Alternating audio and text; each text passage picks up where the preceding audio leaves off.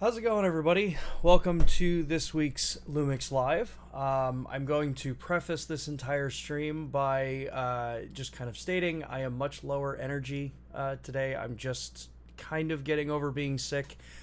Traveling for nearly a month kind of does that to you after a while. So I'm going to be speaking a little bit quieter, a little bit more calm today than normal, but I wanted to make sure that we still got a good stream in today because I am finally back where I've got all of my equipment so we can walk through the GH7's menu system. I can try to answer questions a little bit more in depth than what we did last week.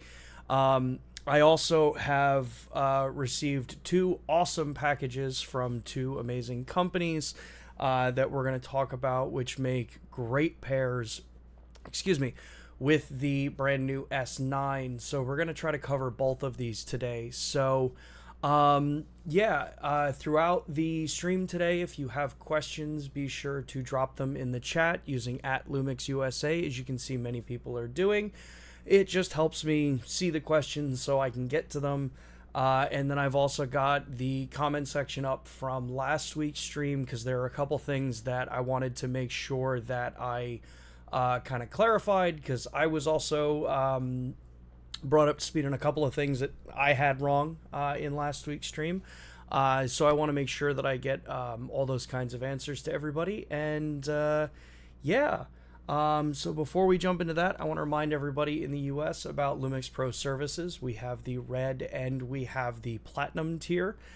These are the programs available for those that want to have a little bit better level of support in the back end when you get your brand new Lumix equipment. The red tier is free if you've just purchased a Lumix camera or you have pre-ordered a Lumix camera. You can follow the link in the QR code either on the screen or a link down in the description.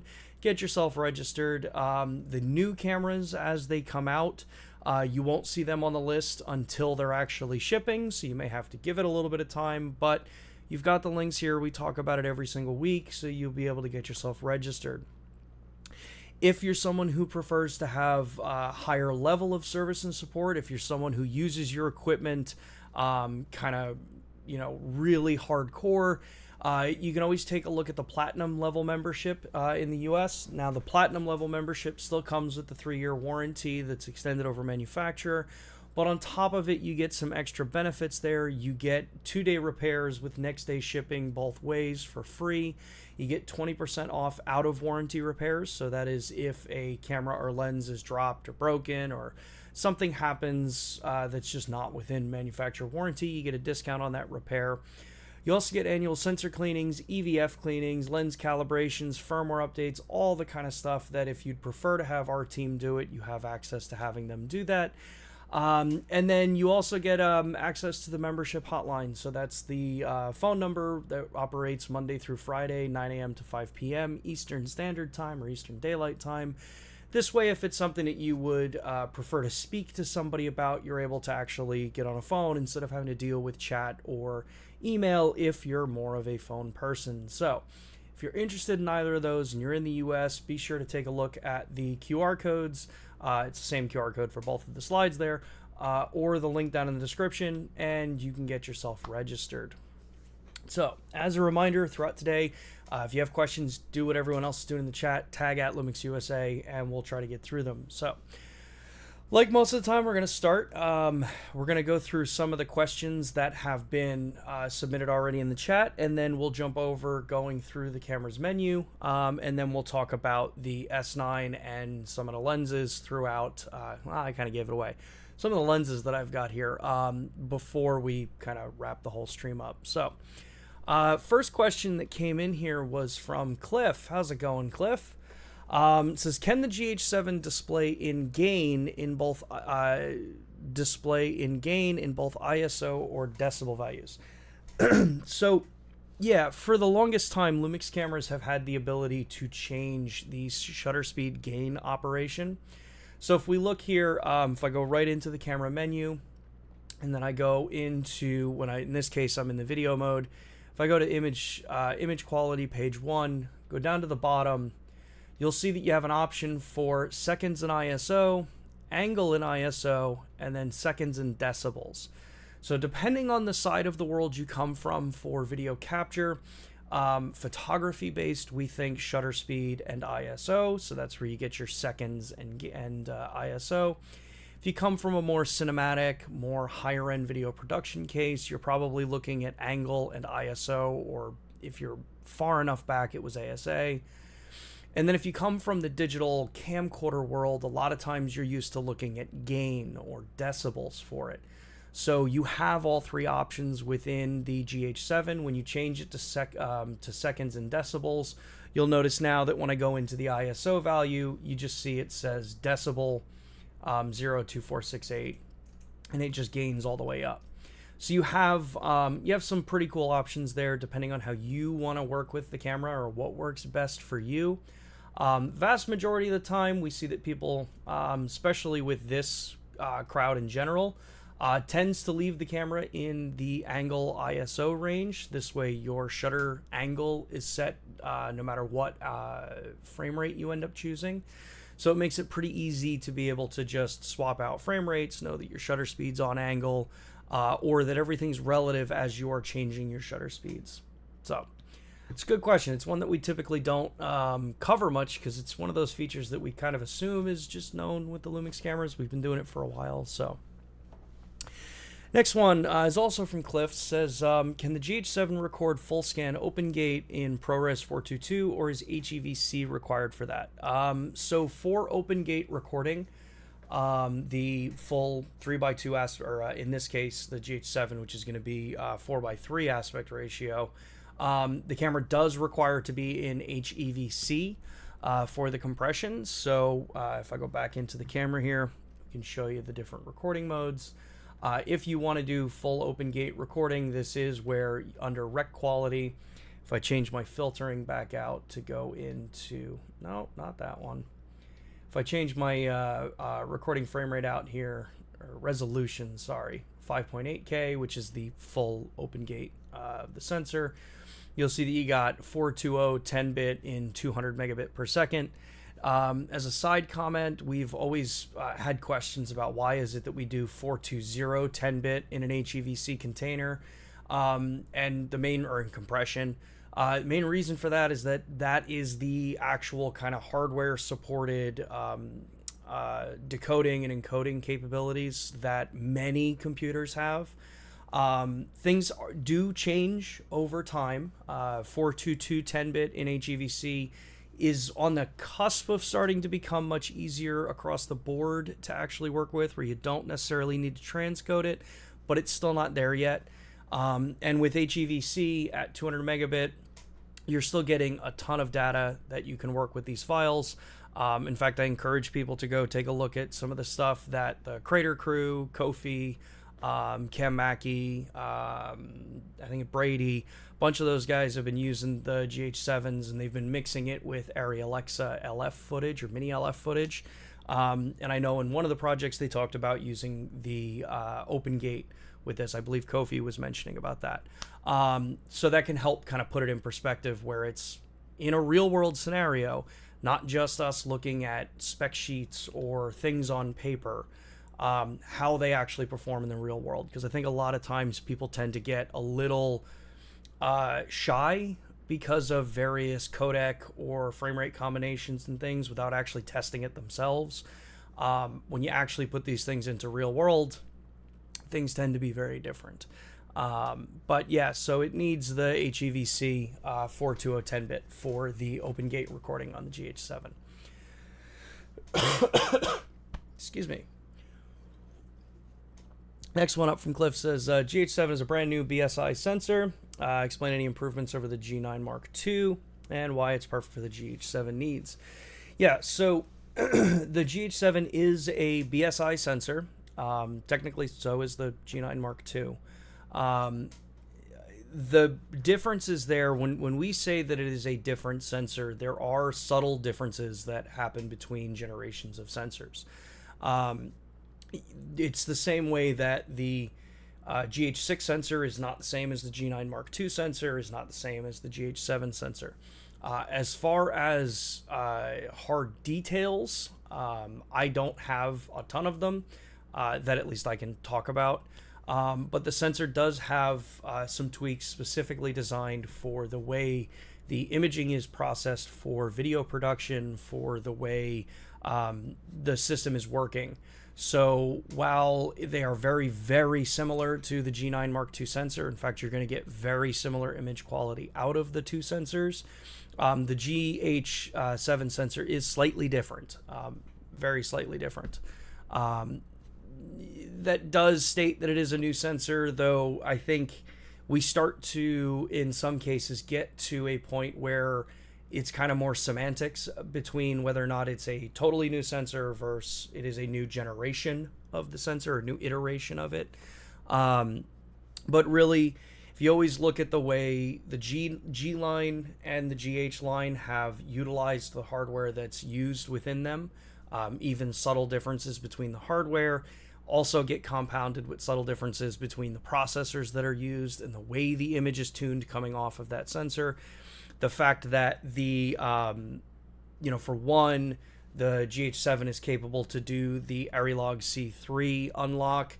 Yes, the GH6 is going to be able to do that as well, but it is a different method, or not method. It's the same. Ari is the one that's designing the profile for the cameras. That's why it's an unlock for those. But the characteristics of the sensors are different. So you will have differences between images across the board between them. Let's see here. Doug says, did I see new subject detection modes with the GH7 announced? Any chance of these coming to the G9 Mark II? You did see new subject detection modes. So if we go into the subject detection options here, you'll see that while yes, we have the same AF modes. So you've got your, pinpoint one area, all that stuff's the same. That stuff isn't really going to change much. But if I go down into the display option here, you'll see that we have two new display subject detection modes. So we have train and airplane added into this. Now, I know there were a lot of people, and I have said in the past that I've never really understood these particular detection modes, but knowing that there is a very large market out there of people who want this kind of subject detection, cool. Yeah, we've added them. We've also decided, while we were adding these two particular modes, to also refine the subject detection modes for both motorcycle and car as well. So under each of these, like in this case I'm on airplane, you have the nose priority of the plane. So if you are someone who hangs out, say, at LAX or Narita or Haneda Airport or any of the airports where you can be watching planes come in and have that as your entire style of photography, you have the ability to program the way the subject detection is working, the region of interest on that subject. So you have nose priority, or you have just the general airframe. Same when you go into the train options here, you've got the main priority, or you've got the first car. When you go into motorcycle, this is one that actually I'm very excited about. We have the ability for helmet priority, and then also just the entire subject.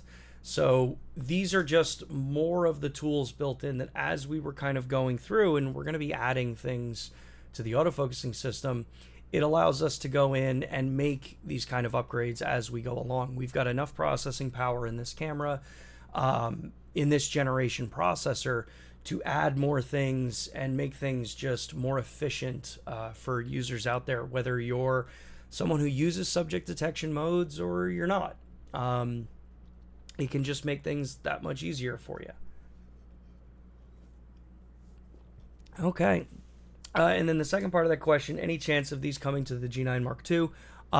We don't typically ever comment on whether or not stuff like that is going to be firmware updated to other cameras. The only thing I'd say is look at our track record. If we're able to do things, we do it. If there are hardware limitations, that's usually the only reason why you don't really see much there on some previous cameras there. DJ says, can you tell us what makes the GH7 the only body with 32-bit float and the XLR2 compatibility? Is this an amp and codec basically inside the XLR2 unit? Any chance for retrofitting to S5 Mark II or Mark II X? So, At the current time, the XLR2 is compatible to the GH7, and then as we just announced the other day, the XLR2 unit is going to be backwards compatible to the GH6. Now, the GH7 is the only camera that is fully featured to support the 32-bit float audio functionality within the XLR2. The GH6 added with the new firmware, you have support to utilize the XLR2 adapter because it does have an extra input compared to the XLR1. So you have the two XLRs and you have the 3.5 input on the XLR adapter as well. As far as 32-bit float coming back to the other cameras, that one might be a little bit more challenging. As the processor technology, and it's kind of the same as the sensors, processors are updated as we move through. Just because they run a very similar engine doesn't mean that they have all of the same capabilities across the board. So as of right now, all I know is that the GH7 is the camera that has everything required to support 32-bit float audio when using the XLR2 adapter.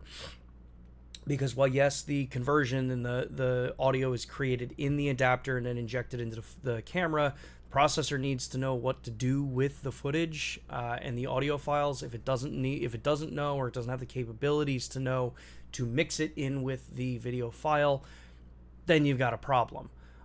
So at this time, that's really just kind of as much as I know, is that the 7 has all the hardware required for it and has all the kind of throughput capabilities to support it. Whether or not it can be backported for 32-bit float, that's questionable.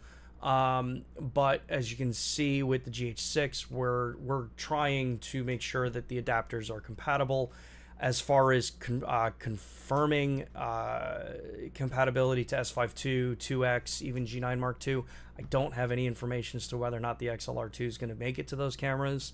But that's why we do these streams. You'd be able to just kind of, keep up to date with us as we get new information about them. Let's see here. DJ says Lumix S Pro lineup entries halted in 2019. Recent developments in compactness and design formula suggest there's a lot to improve in size and weight. Would love seeing S Pro lenses come back. Yeah, I mean, I would like to see branded S Pro series. I think this is kind of that a little bit of a weird I'd say spot when it comes to optics, right? Because there's the one hand you want to have the top pro highest quality lenses that you have, and we do have them, but we've also always kind of blended a lot of our technologies. So in some cases, if you look at say the 51.4, the S Pro, it's still one of my favorite lenses we've ever made, compare it to say our 51.8 or even the 100mm 2.8 macro. There's a lot of new technologies that we have been developing, like you pointed out, more compact design, faster focusing motors, newer, cooler ways to do things. So a lot of times you have to look at it and say, okay, well, when should we upgrade those lenses? When does the technology that we want to use to make an upgrade into those lenses, when is it there to make a justifiable upgrade instead of just making a version 2 that's maybe slightly lighter, slightly smaller? I believe our track record kind of shows that we've really always tried that when we do major updates or when we do updates to mainline products, that they're sizable updates. They're not just well, you've been asking for an update, so here you go. And I know it's always difficult in what perspective you look at with products, but biggest thing right now, as you can see, is with S5 Mark II, with S5 Mark IIX, now with the S9.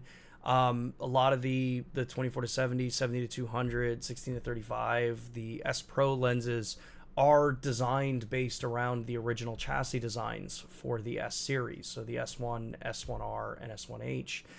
So they are bigger, so they're maybe a little less balanced on the newer cameras. But that's why we've been working so hard at the F1.8 series, making an entire series of optics that match the current bodies, what the current ecosystem is looking for. That gives us the space to build and evolve the system faster, and also make a system much more available to more people. So the S Pro series, it's not dead by any stretch of the imagination. It's just on I'd say for a little while now, it's been a bit deprioritized to make sure that we have optics that are very high quality, that match what many people's day-to-day needs are with lenses, and address the areas that we know that with our technologies and our competencies in various different design areas, we're able to make something that stands out compared to the rest of the industry. So yeah, that's kind of what's up with that. Is there a chance that the GH7 will get 60 frames per second open gate, or at least 16:9 and 3:2 and MP4 Lite, or is this for S9 only? Thank you. So the GH7, as far as open gate for 60 frames per second, I don't think that's going to happen. You run into various different challenges when you start looking at, like, for one, we have 17:9. We've got 5.7K in this camera. And in the 5.7K, if we look here, 5.7K, we have 60 frames per second. And that's uncropped. So that is the full sensor width, and that is the 30/24 in the height. So you have it. It is 17:9. I kind of understand the 16:9 versus 17:9, but the camera's fastest readout speeds are in 17:9. And that's at 300 megabits per second. When you start going taller in the sensor, that's where your readout speed quickly gets slower. So at this time, the sensor can do, in the processing that we're doing, has 30 frames per second for full sensor height and width. You also start looking at, well, what is the play to the rolling shutter? What is the play to thermals? What kind of data rates are needed to hit those certain speeds? And like I said, what kind of thermal generation is made there? So will it get 60 frames per second open gate? No. You've got 17:9 in 60p. For 5.7K, you've got 4K 120. So it is there. As far as MP4 Lite goes, MP4 Lite is the new codec that's designed for the S9. It is designed for the fast delivery of open gate video recording function to be able to send it directly to your mobile device. That's why it's in an MP4 wrapper. MP4s are a lot easier to work with between iOS and Android devices of varying age levels, and it's a much lower bit rate, designed to cope more with situations where you're going to be, one, editing on a phone, loading into platforms where you're going to have that extra level of compression anyway. So that's where it starts. Doesn't mean that we're not ever going to bring MP4 Lite to other cameras, or what we call in the US Open Gate Lite. But the other thing to remember is that codec is currently designed around a 3:2 aspect ratio, 24 megapixel sensor. It's not been designed around any of the other, like the 4:3 sensor that we use in the GH line, or in the Micro Four Thirds line. So if it were to come to that, it does need to be redesigned to make sure that the downscaling is done right, that everything looks really solid there. And yeah, basically just have to kind of take a look at that. Let's see here. Dennis, I do see your kind of question here. It won't let me post it because it's got a YouTube link in it. I will not post YouTube links in the chat, even if I can override it.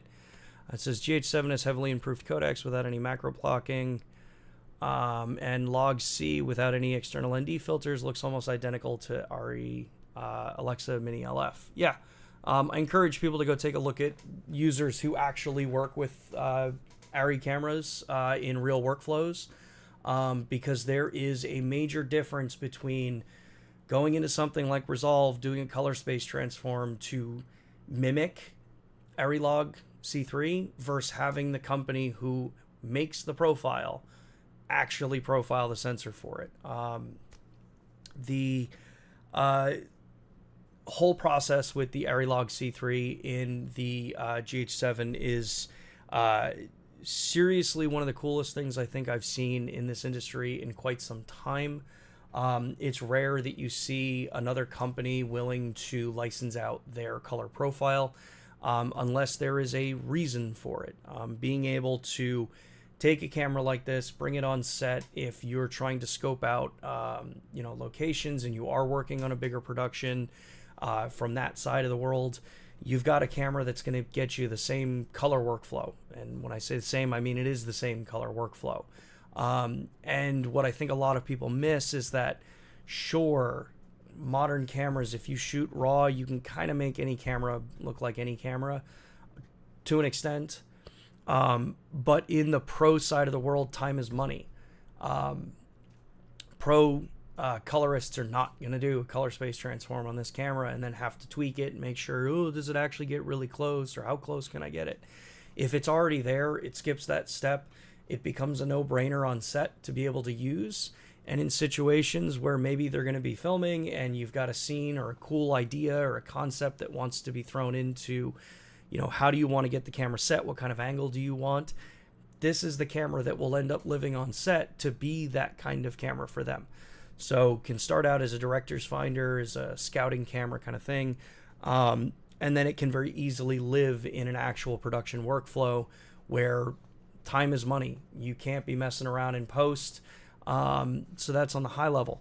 On the day-to-day side of it, it gives you access to an incredibly well sorted out color workflow.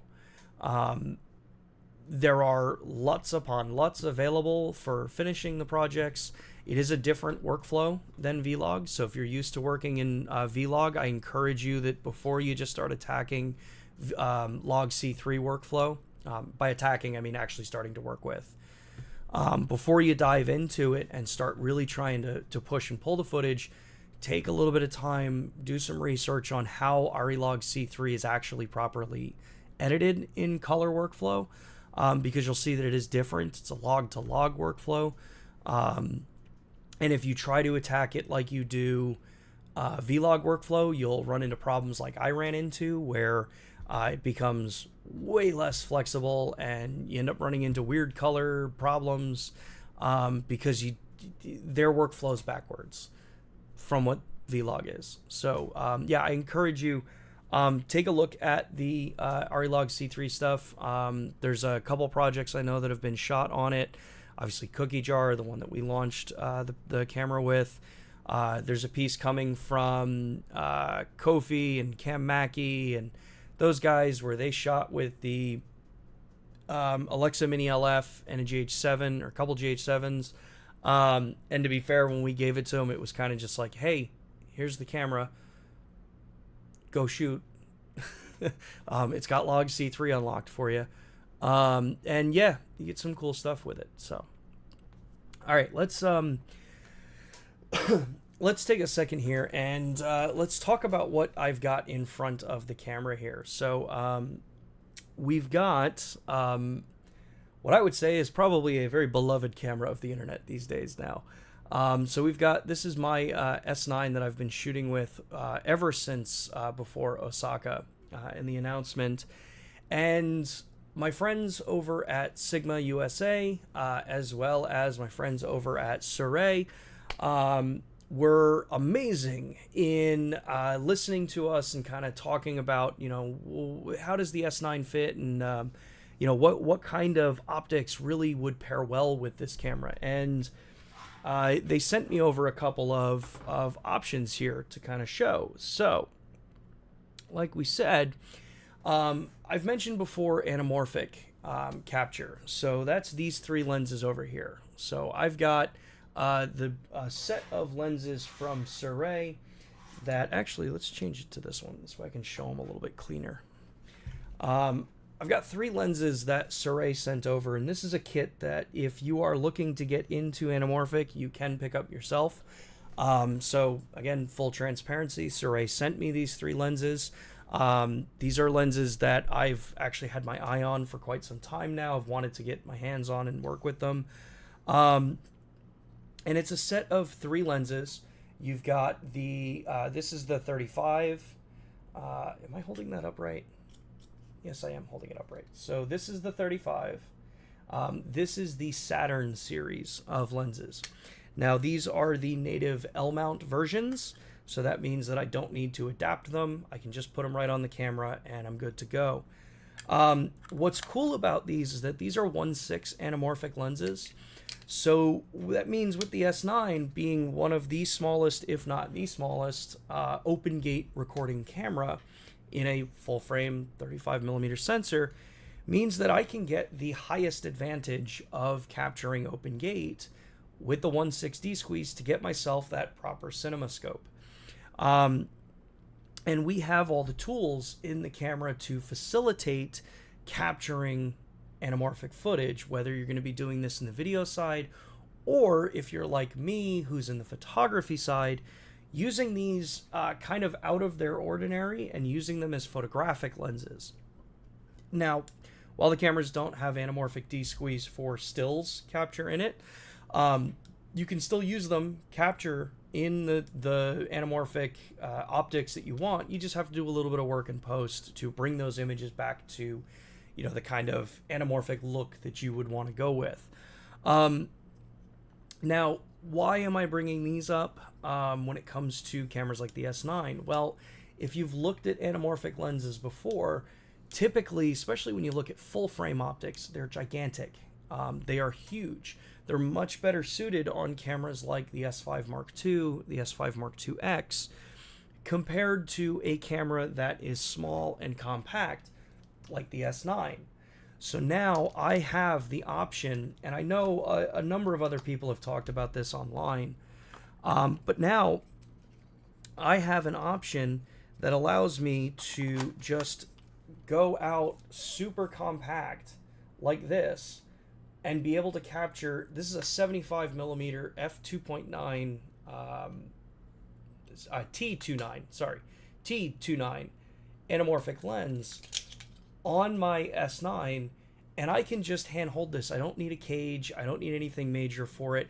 And truthfully, I don't even need a monitor to be able to walk around, capture stills with it. I was in New York last week. I captured a bunch of stills in anamorphic with all the tools that we have for focus peaking, manual focus assist tools here, and being able to get a very different perspective than we are typically used to with modern cameras. You know, we have all of the lenses available that have autofocus, that are spherical, whether they're the most clinically sharp lenses out there, or whether they have the best focus breathing or perspective distortion correction, all of this stuff.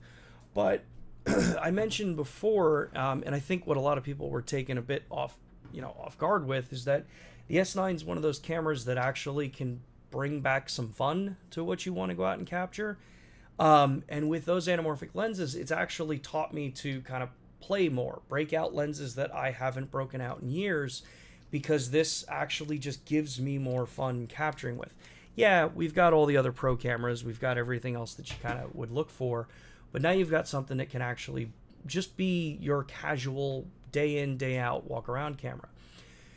And I wanted to explain this because, like I mentioned, you've got options with these kind of anamorphic lenses. So as I was just walking through downtown Manhattan, or not really downtown, this is Midtown, this is right outside of Times Square.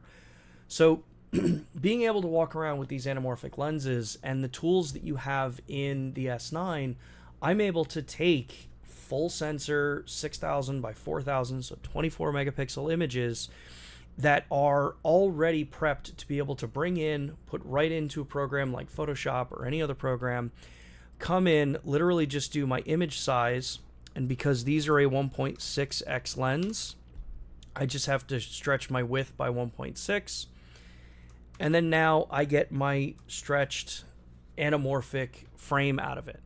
If I go through and I take a look at some of the other images here, let's see if we go to, there we go. This one will look a little different. Same thing, being able to just come in, do image size, multiply by the squeeze ratio that I have to bring it back to the right size. And I've got a camera now that if I'm just gonna want to walk around, I want to get something different than what everybody else has. I want to stay much more compact, much more discreet. Maybe I don't want to scream that I have a camera with me, although to be fair, I'm walking around with a green camera. This is what gives me that kind of flexibility. And this isn't to say that you can't do this with like the S5 Mark II or the S5 Mark IIX. Of course you can. But if you want to have something that's ultra small, ultra compact, the S9 can be that kind of scout camera for you. If you're going to be using your main cameras, your S5 Mark II, Mark IIX, if you're still on an S1H, and you want to be able to go scout out a scene, find, you know, some cool imagery that you want to capture, you're going to have a pretty cool time being able to use cameras like this in ways that maybe you wouldn't have necessarily thought to use the other cameras, because the size of lenses, the cost of these lenses, everything has gotten so much less expensive that it just becomes a lot easier and a more fun thing to capture with. I know I've said the word fun a lot, but it's something I think that our industry's kind of missed a lot of for a while, is, you know, cameras actually being fun. Yeah, so let's talk about the other lenses that I have back here. So the other set of lenses here are from our friends over at Sigma. Now, our friends over at Sigma, I have to give them a huge shout out, because this was a very short notice conversation with them. You know, people ask about, you know, what kind of optics were going to work great on the S9. And, you know, you want something small, compact, that's something that's really good to travel with. And this is one of the beautiful parts of the L-mount Alliance. You've got small, compact, lightweight lenses that are out there. Are they the nebulous definition of a pancake lens? Well, not necessarily, but you get some amazingly compact, high-quality lenses, whether you're going to use our f1.8 series because maybe you're a little more on the video side, or you like having the unified design optics, so the same filter thread, same design, same physical design of it, same color tonality between each of the lenses. Cool, you've got that with our lenses. But if you're someone who's looking at this kit and you're like, hey, I want to go ultra compact, or as small as I can go, but I want to have things like, you know, aperture control, I want to have a smaller form factor, well, you've got that in stuff like this. Like, this is the 17mm f4, small, compact, fits beautifully on the S9 cameras, and it looks great on these cameras as well. You even have like the cool lens cap. This is the first time I've actually seen the magnetic lens cap on it. I think it's kind of cool. But you've got a set. Those that have been following the S5 series for a long time may remember that when we launched the S5, the original S5, we had done a promotion with the 45mm, which is still is one of my favorite compact lenses for that 50-ish millimeter field of view. So if you're someone who likes having aperture blades on your lens, you like having a compact size, you don't want to break the bank on your lenses, you've got choices. They even have their 90mm, which is a 2.8, and this is all the I series. So what most of the time you would say is like, hey, if I were to pick up an S9 and I grab, say, the the Sigma 90mm, excuse me, and I pick up, hey, the Sigma 90mm 2.8 I series, this is the contemporary lenses, I have to be giving something up in performance. And the fact is, it's the furthest from the case. When you go into an L-mount camera, if you go in with our camera, the S9, S5 Mark II, S5 Mark IIX, whatever the modern camera is, if you choose to go grab a Sigma lens because you like what they're doing with their particular optics, That's cool. Would I love you to buy our lenses? Of course. Every brand's going to tell you that. But the L-mount system is one of those things that has kind of really built up the kind of fact that this is a no compromise lens mount system. You buy our camera, you pick up a Sigma 17mm f4 in the I series, it's going to function natively because it is native. It's not a third-party lens. It's not someone creating their own lenses for the mount, maybe not having full access to the communication protocols, whatever the deal is. Sigma, Leica, Panasonic, and Samyang, as well as many others, are all part of the same alliance, which means the lenses are just going to work. Now, each manufacturer may have different design goals between each lens. We tend to focus very heavily on making the hybrid crossover with a lot of our cameras and our lenses. So that's why in the 1.8 series, you find very well-controlled focus breathing. In a lot of our lenses, you find the electronically parfocal nature of the lenses. You find the seamless iris designs for them. And those can be very beneficial for those that's what your priority is in an optic. But if you know what you're looking for and you want something compact, small, travel-friendly, these are some pretty stellar lenses, and I can't recommend them enough. The fact that I have access to every single one of our lenses and every single one of our cameras, I understand that there are things I get out of our lenses that are going to be better for certain cases, for certain use cases that I have. But I do also have access to these lenses, and you all do too if you get into it. Once you take that concept that Sigma or non-brand matching lenses are, inferior, it's going to make things a lot more fun. So I encourage you, and I thank again my friends over at Sigma, my friends over at Suray, for sending these optics over. We're going to see a lot more content from them over the next couple of weeks. While I have them, in fact, if you're going to be out in Anaheim next week for VidCon, or if you're just in Anaheim, I'll be out there. Hopefully I'll have my full voice back, and I'll be able to be my happy, chipper, cheer self that I normally am. So you'll be able to come out. I'll have all of this stuff with me, or at least most of it. I think I got to send some of those anamorphic lenses to Matt, because I know Matt loves anamorphic, and Matt is the anamorphic guy in the company, so got to make sure he gets his time with the stuff as well. But yeah, I encourage you to come out. I will have all this stuff with me. So yeah, let's get back to some of the questions here. Let's see here.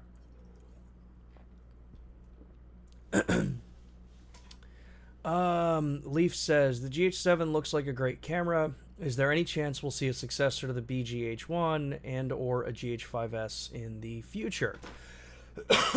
So I addressed the GH5S conversation last week a bit. The concept of cameras needing very large photo sites to have a couple of benefits, one being better low light sensitivity and also faster readout, is not really a case anymore. So I don't know. As far as successor to the box cameras, that one, honestly, it's going to depend. I'm honestly not sure where the next products like that would go, nor do we ever actually talk about that stuff. So I guess the best I can say is keep subscribed, keep listening, and keep your ear to the ground, because if we do have new updates for stuff like that, we're going to talk about them. DJ says, all L2 based machines had compute limitations when it comes to subject tracking AF and high FPS modes. What will it take to improve this support? This is concerning regarding future cameras. So I think there's different, I guess, understandings of what limitations there are for things like higher frame rate and, say, subject detections. So tracking and PDAF are fine. You go up to 4K 120 on the GH7 and you're perfectly fine. You go full HD 240, you still have some autofocus. the truth is, if you look at other cameras as well across the board, typically when you start getting up into really high frame rate recording, usually autofocus is going to be hampered some way. And a lot of it comes down to either the just sheer amount of data that's being processed and whether or not subject algorithms can keep up. PDAF systems, they work great on the new one. So that's about all I can say on that one. I don't think there are major limitations. There may be evolutions of things that we have over time of the cameras being out and using the processors that we use. And improvements will always come. So, yeah. GH7 have HDMI RAW 5.7K 60 and 4K 120 with audio and PDAF in both options. Thanks. Yeah, so if you set HDMI RAW output, which I can do on this, but I can't show because it's going to knock my HDMI signal. The HDMI output on this camera is you have 5.7K 60p, which will be your full sensor width. You've got the 4.4K, which is going to get you a 4:3 in 60p, and that is a pixel to pixel because RAW is pixel to pixel. And then you have 5.8K open gate up to 30p as well for RAW. Those do have autofocus. They do have audio captured with them. So yeah, you do have that in this camera.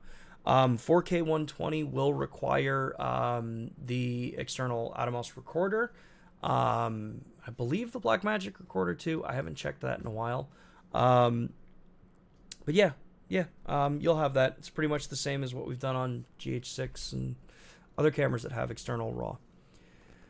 DJ says, silver trim color version of the S9 in North America EU seems to be quite in demand, hoping Lumix knows this. Yeah, we hear it. Demand is a questionable thing to see as far as colors go. We definitely hear the commentary of what colors people want in the cameras. There are a lot of colors and a lot of variants, so yeah. Let's see here. Lewis says, just ordered an S9, excited to get it. Have some suggestions. One, optional firmware to turn a limit off, time limit off. Risk of voiding warranty. 2, add 24 FPS MP4 light mode. So the thermal limits, that's a very different conversation. That's not something that's easily changed in our cameras. If you follow our history as a brand, thermal management is one of those things that we are we are the leaders in that. I think I'm safe to put my foot down and say that we are the leaders in thermal management with the cameras. So I don't know if that's something that would change because the time limits in the camera are rated to the maximum thermal ratings that we test our cameras to. So if the cameras can't function at that thermal limit that we test to, that's why they get time limitations. As far as 24 frames per second in MP4 light mode, I think the thing to remember is that MP4 Light was created for the social media content creation. TikTok, YouTube Shorts, Instagram Reels, Facebook Reels, Stories, all those things are not shot in 24 frames per second. The mass majority of people that create content in that space do not shoot 24 frames per second. So that's why it's not there.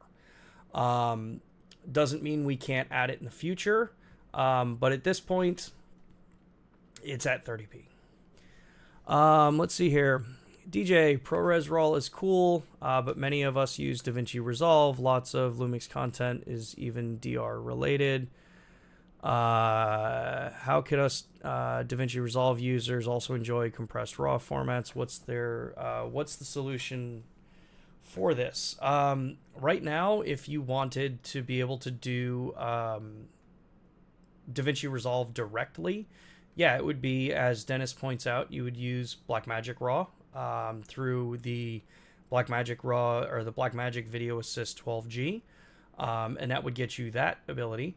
As far as internally goes, you would use something like RAW Converter that would convert it into various different compressed versions of Cine DNG. And then you can bring it in, and you've got that function there. To say BRAW or ProRes RAW is better than the other, I think is a bit narrow in thought. ProRes RAW is the actual closer to proper RAW than Blackmagic RAW is. Blackmagic RAW, yes, you do have very similar controls as a full-blown RAW file. Same with ProRes RAW. But yeah, you just have the different choices. Fact is that ProRes RAW, if you look at the vast majority of the cameras out in the industry that are supporting RAW or compressed RAW internally, ProRes RAW is the one that we're selecting. So whether or not DaVinci Resolve wants to add support for what is going to become, if not actually it is now, the widest supported compressed RAW format in the industry is up to Resolve. So that's where we'd leave that one. Can the GH7 record B-RAW through external Blackmagic? Yes, it can. All things. You need the 12G models of the video assist recorders. JC, will the GH6 be able to remove the 4 channels and just choose 1 to 2 like the GH7 and the new audio module? I have not checked yet. I've been like incapacitated for the last couple of days, so I haven't even had a chance to update my own GH6. I will update it, plug the XLR2 on there, and let you know. Let's see here. Wild Ride says, just popping in to ask multi-exposure and firmware updates on the newer cameras. By the way, you sound sick, Sean. If that's the case, hope you get well soon. Just kind of getting over being sick. We've noted the multi-exposure getting added back into the cameras. Apparently, it's a lot harder than it sounds. Good to see you too. Great job on the GH7 release. It's a beauty. Hope it sells well and funds a GM successor for the MFT. Yeah, I know people want GM replacements. Curious, from sales marketing standpoint, how is the S9 doing sales-wise, and when will it be generally available? And 2, since the GH6, GH7 are similar, why was it not called the GH6 Mark II?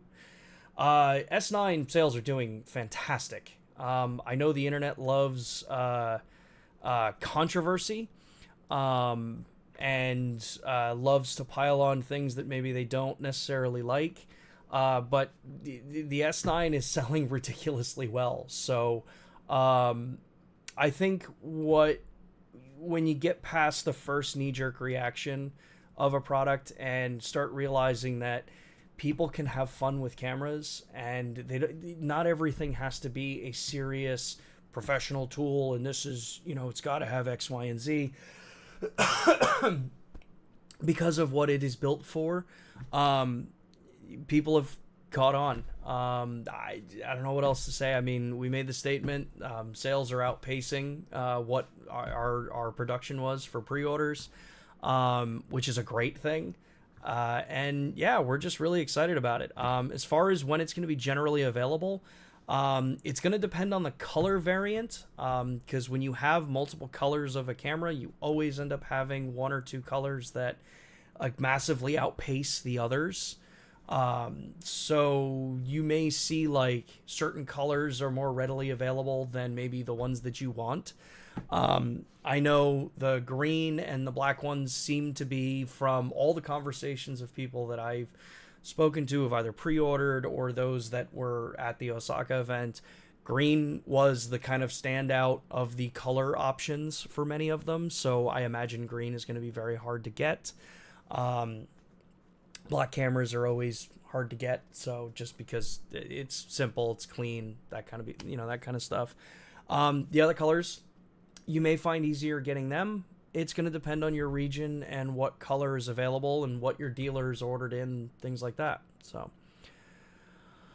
Martin says, hey Sean, a while ago you mentioned that 10 to 25 will be getting a firmware update for phase focusing. Is that still on the roadmap, or were there some hardware issues that are blocking this? So, Martin, the 10 to 25, 25 to 50 just received their firmware updates 2 days ago.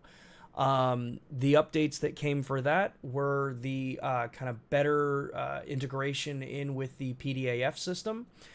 So you get focus while zooming. You just get, in general, system functions better with the newer cameras.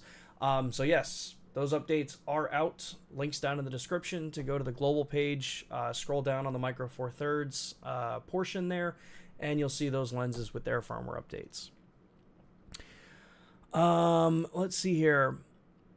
Red Frame Tech tested DJI Focus Pro with GH6 and 25 to 50 Panalika without focus motors but lens motors. Will this be announced as support since same as the RS2?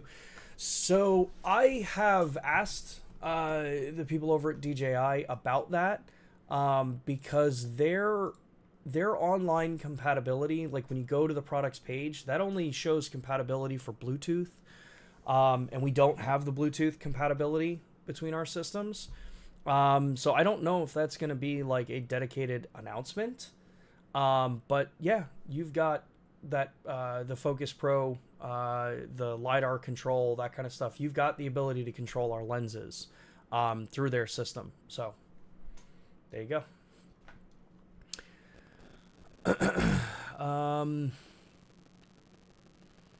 Let's see here. With the S9 being a solution, direct shooting to mobile publishing through Lumix Lab, can you request engineers to a couple of border options to be added to Lumix Lab? We can definitely ask them. I don't know if stuff like that would be prioritized yet. We've talked about Lumix Lab, that the next priorities are getting things like remote shooting and wireless remote updated, getting the S5 II, S5 IIX, and G9 Mark II added in for support as well. So yeah, yeah, so there you go. Apparently readout speed improves a lot without DR boost. Is it possible to disable DR boost as an option for when speed trumps dynamic range? No, because that's not how the sensor is designed. Sensor in the GH7 and G9 Mark II are designed for DR boost. So yeah, that's where it goes. For tests, is synchro scan for photography automatic, and should I always keep it on for the S9? Does it automatically detect flicker like flickering LEDs and correct it? Does it correct RAW and JPEG? So synchro scan is if you're in the auto mode. Like if you're in full auto, yes, it's automatic. It will adjust the shutter speed to basically a known good speed to kind of mitigate any kind of light banding. If you are working in aperture, shutter, manual, whatever it is, you do have the option to turn synchro scan on and do it manually. However, I can tell you that shooting in aperture priority, setting a minimum shutter speed to like what was I shooting? All through New York, which is possibly some of the worst mixed lighting that you can get. In the entire time while I was in Osaka, which arguably in Japan you've got some of the best power and lighting that you can get, my minimum shutter speed has been set to auto, in aperture priority, with auto ISO up to 6400 ISO, and I have not received a single image with banding. Banding is truthfully in a, and I know I'm going to get flack for this, as someone who, when they first showed us this camera, immediately preached from the high heavens that we're going to get banding on this camera. Boy, was I wrong. For the casual, everyday, go out, street photography with this camera, I can force banding to happen, but I can force banding to happen in any camera. It's the same way I can force rolling shutter to impact an image if I'm going for it. It will work for both RAW and JPEG if you are using synchro scan, so you do have the ability to make some minor adjustments if your settings happen to fall onto that scenario. But if you're using things like auto ISO, if you're using shutter priority or aperture priority, and you're making sure just that you're shooting like normal, I have yet to run into a situation, unless I forced the camera into a situation, to cause banding or flickering. Cut says, many think Micro Four Thirds only advantage is size. Latest Micro Four Thirds camera is not small, but Lumix Micro Four Thirds cameras excel in video. Is there a technical reason for MFT to do well with video image quality? Yeah, there's a couple different things going for Micro Four Thirds advantage here. For one, you typically in 4/3 sensors, so the sensor size itself is 4/3, the mount is Micro Four Thirds. In 4/3 cameras, we typically have a little bit more cutting edge, or you're not cutting edge, but you have maybe a little more lesser known or lesser mass used technologies available.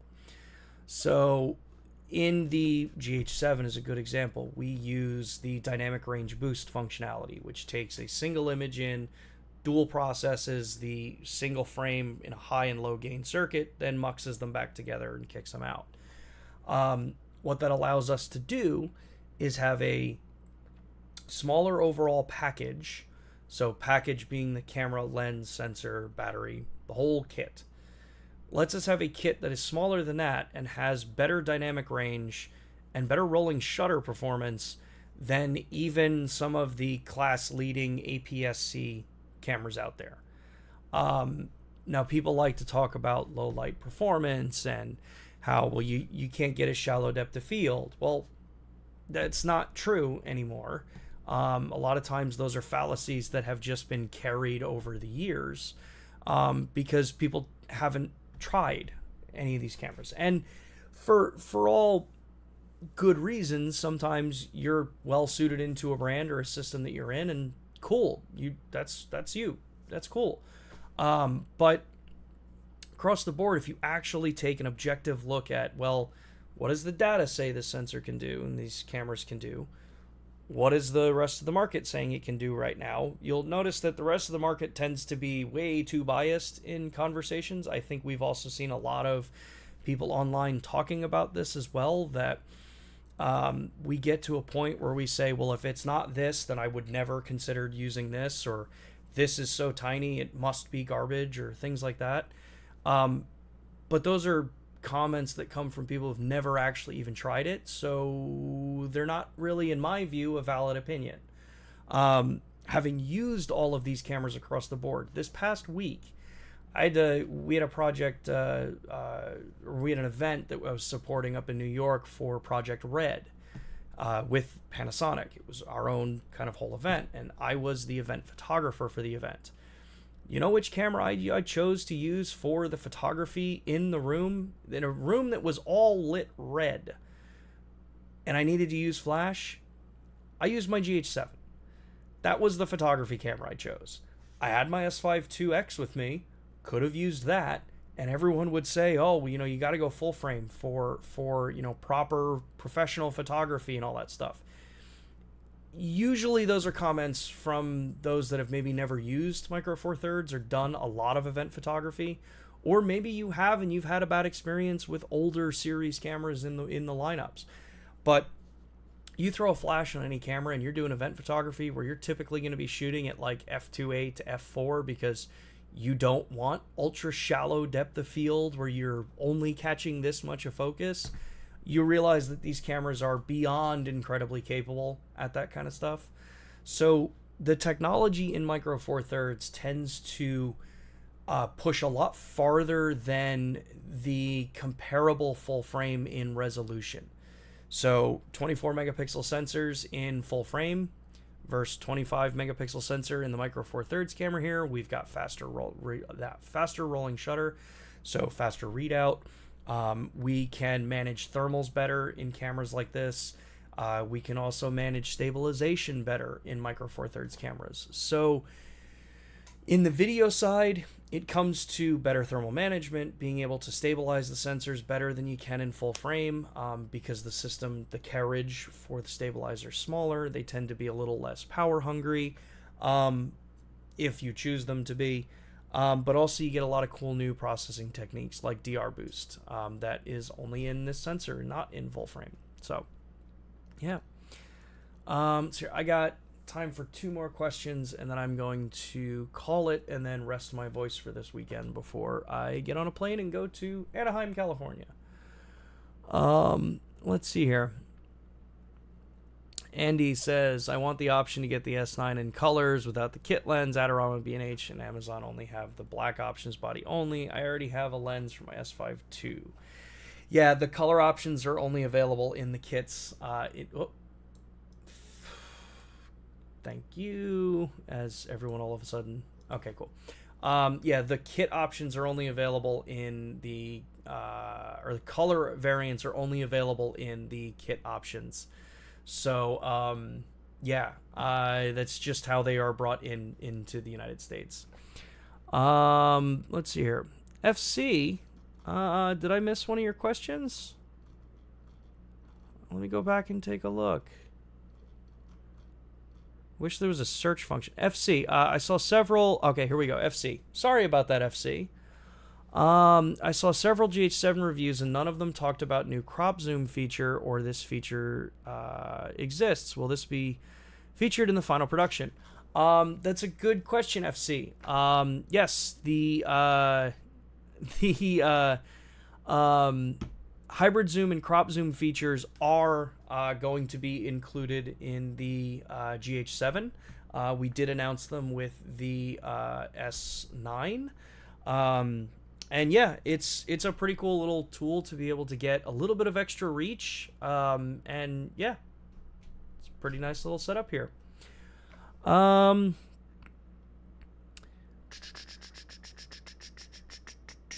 Where did the rest of those questions go? Synchro for photography. Man, I screwed up all of my chat here trying to find these questions. Where was the other? Sorry, everybody. Scrolling up made me lose my place of where the chat was here. Okay, there we go. That was the color question.